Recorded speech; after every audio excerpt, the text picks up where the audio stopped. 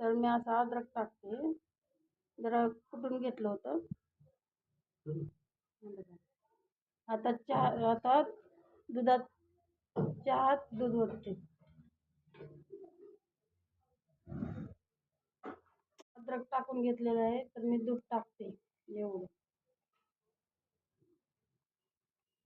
हे 2 कप दूध आहे.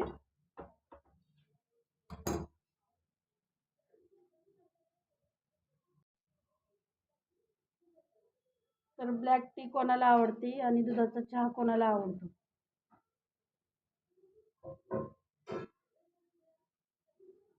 आरकेला जास्त दुधाचा चहा नाही आवडत, मला आवडतो.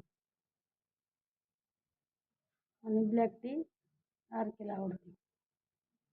ब्लॅक टीची पण रेसिपी तुम्हाला दाखवून. रेडी होत आहे. परत बारीक गॅस करायचा आणि एक 1-2 मिनटं झाकून घ्यायचं, नाहीतर उतू जाईल. 1 मिनिट पण नाही झाकून घ्यायचं. बोलत आहे, हे बघा.